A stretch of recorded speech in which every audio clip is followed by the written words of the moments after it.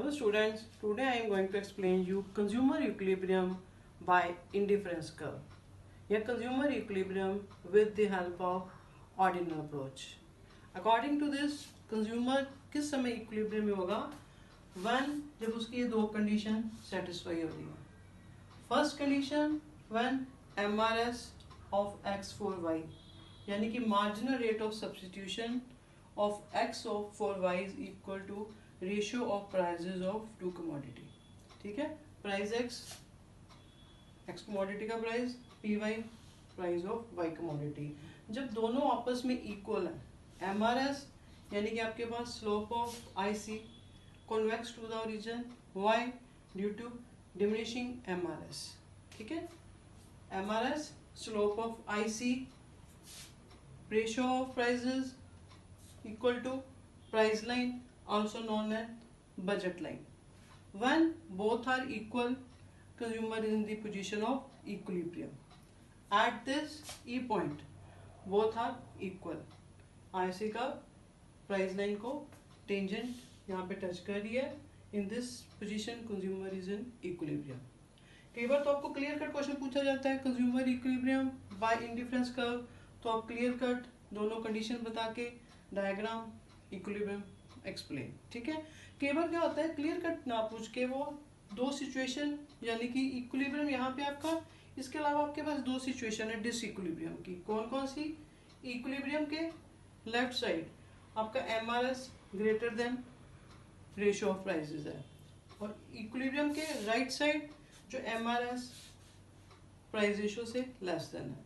दोनों सिचुएशन दे दी जाती है. पूछा जाता है कि पोजीशन इक्विलिब्रियम में पहुंचने के लिए कंज्यूमर कैसे इक्विलिब्रियम में रीच करेगा.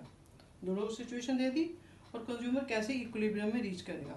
यानी कि अगर तो ये फर्स्ट सिचुएशन है, ठीक है, इक्विलिब्रियम के लेफ्ट साइड, यानी कि इस पोजीशन पे क्या हो रहा है? Consumer ready to consume more of X and he is ready to sacrifice more of Y. ठीक है, जैसे जैसे वो एक्स की कंजम्पशन बढ़ाता जाएगा उससे मिलने वाली यूटिलिटी उसको कम होगी. दैट्स वाई आपका जो एमआरएस है फॉल करेगा टिल जब तक वो इस पोजीशन पे नहीं आ जाता ही विल इक्विलिब्रियम की. और दूसरी सिचुएशन एमआरएस लेस देन है रेशियो ऑफ प्राइसेस है, यानी कि इक्विलिब्रियम के राइट साइड की सिचुएशन है. इस पोजीशन पे क्या हो रहा है? कंज्यूमर के पास जैसे जैसे एक्सपोर्ट की कंजम्पशन ज्यादा हो जा रही है due to diminishing marginal utility, वो उससे मिलने वाली सेटिस्फेक्शन उसको कम हो रही है. Now he want to consume more of Y, यानी कि he is ready to sacrifice less of Y. ठीक है, यानी कि वो वाई की कंजम्पशन ज्यादा करना चाहता है. दैट्स वाई रिजल्ट क्या होगा आपके पास? MRS start rising. टिल कब तक स्टार्ट राइज होता जाएगा? तब तक वो इस पोजीशन में नहीं आ जाता. इक्विलिब्रियम पोजीशन में दोनों MRS is equal to price ratio. दोनों सिचुएशन डिसइक्विलिब्रियम और कैसे पोजीशन पे उसने रीच करना है I have explain to you. और कई बार कुछ और कुछ भी फॉर्म में क्वेश्चन पूछ लेता है. जैसे आपको डायग्राम दे दी, इसमें 3 आईसी दे दी उसने. ठीक है, एक आईसी तो देखो ये जो प्राइस लाइन और आईसी आपस में टेंजेंट है इस पॉइंट पे, और एक आईसी लो लेवल पे है जो 2 पॉइंट पे टच कर रही है, और एक आईसी ऐसी है जो प्राइस लाइन को टच ही नहीं कर रही. कंज्यूमर किस पोजीशन में? इक्विलिब्रियम में. यहाँ तो पॉसिबल ही नहीं है क्योंकि एक भी को टच ही नहीं कर रहा. यहाँ पे इक्विलिब्रियम है बिकॉज आईसी का प्राइस लाइन को टेंजेंट है. इस सिचुएशन में भी नहीं होगा. व्हाई? बिकॉज हायर आईसी है. हायर आईसी जो है आपके पास shows higher level of satisfaction. और सेकंड कंडीशन दे दी कई बार जो यहाँ पे जो प्राइस लाइन आईसी कर्व को टेंजेंट है, बट ये ध्यान दीजिए जो आईसी कर्व है ये कनकेव टू द ओरिजिन है. ये कनकेव टू द ओरिजिन क्यों?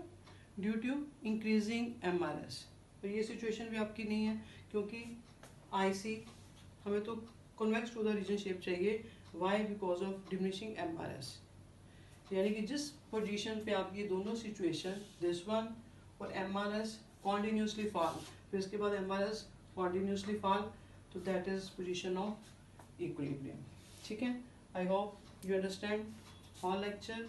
तो till in our next lecture we will start statistic. Till prepare this lecture and wait for next lecture. Have a nice day.